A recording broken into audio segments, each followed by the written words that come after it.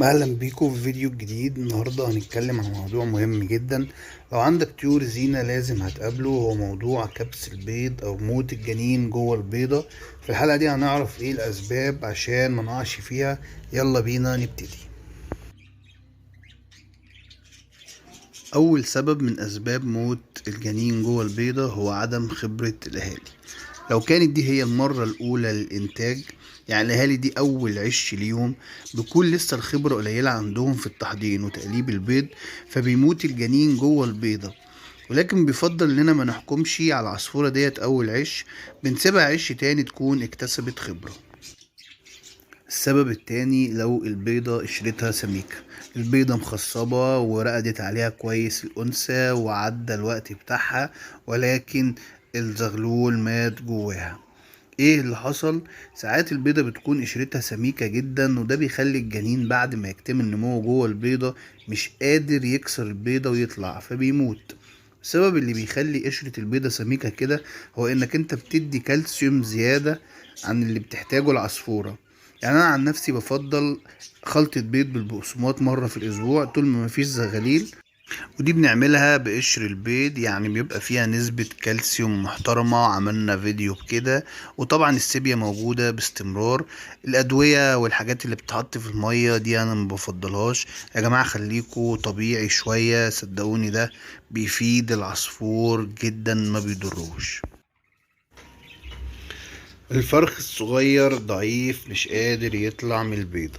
لو انت مش مهتم بالتغذية السليمة من الأول كأساسي كالحبوب، خلطة، بذور الطاقة، فاكهة، خضار، كل الحاجات دي هتكون الأهالي نسبيا ضعيفة، وده بدوره بيجيب عصفور ضعيف ما بيبقاش قادر يطلع من البيضة وبالتالي بيموت جواها. عشان كده بنقول التغذية السليمة والتنوع في الأكل من أهم الحاجات اللي بتفيد العصافير. ونيجي للنقطة المعتادة اللي تقريبا معانا في كل فيديو: إزعاج الطيور. إزعاج الطيور بصفة عامة، سواء منك في فتح وقفل العش كل شوية عايز تطمن ايه اللي دار ايه اللي تم، أو لو في أطفال كل شوية بيعملوا إزعاج للعصافير، كل ده بيأدي بدوره إن العصفورة بتخاف فبتهجر العش. فحتى لو البيض مخصب فبيموت الجنين جوه البيضة نتيجة إن العصفورة هجرت العش. عشان كده بنقول الهدوء ثم الهدوء ثم الهدوء. قبل ما نخش في النقطة الخامسة بذكرك تعمل لي لايك واشتراك عشان نكبر وهنكبر بيكو بإذن الله.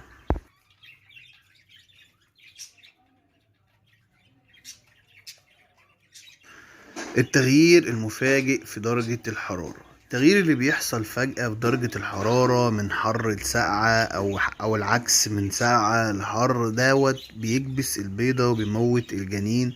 لو في رطوبة برضو البيضة بتكبس والجنين بيموت جواها.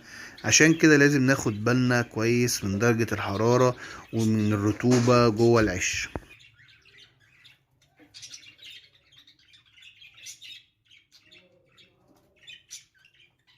رقم 6 في قائمتنا هو زواج الأقارب والدماء المشتركة.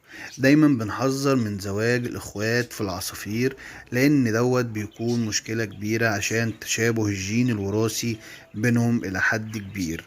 طبعا دوت بيخلي الجنين يحصل له مشاكل كتير، حتى لو طلع من البيضة عايش بنسبة كبيرة أو ما بيكملش وبيموت بعد يومين تلاتة، ده إن ما ماتش قبل ما يطلع من البيضة والبيضة تكبس بيه.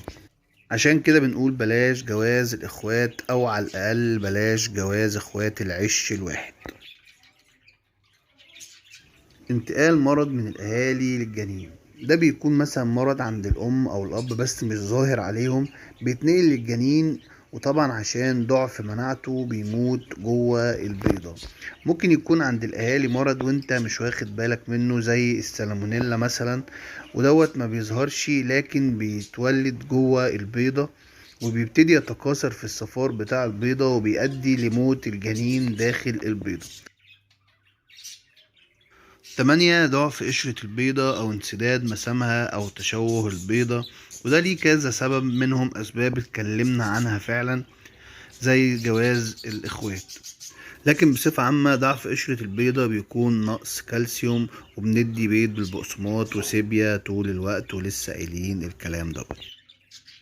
9 وجود حشرات داخل العش زي الفاش، ودوت بيبقى بسبب قلة نظافة للعش. لازم باستمرار ننظف العش، لازم نتأكد ان مفيش اي حشرات جوه العش، لان الفاش دوت بيسبب موت الزغاليل جوه البيض. فانت على الاقل كل مرة في الاسبوع او مرتين لازم تنظف القفص. اما لو في فراش، في ناس بتنزل العش كله وبتطهره وتحطه في الشمس وترجع تعلقه تاني، ولكن انا بفضل تجيب عش جديد لو لقيت فاش عندك في العش القديم. الكلمتين دول بقى هم اساس الفيديو كله، الاهتمام بالتغذية السليمة. طول ما انت مهتم بتغذية عصافيرك اهتمام كويس، يعني بتنوع لهم في الاكل، بتدي دخن وبتدي خضروات وبتدي خلطة بيض بالبقسماط وبتدي حبوب، عصافيرك هتزغرط بمعنى الكلمة ومش هتلاحق على الإنتاج بفضل الله. وأخيرا لو كنت استفدت مني ياريت تعمل لي لايك واشتراك للقناة عشان نقدر نوصل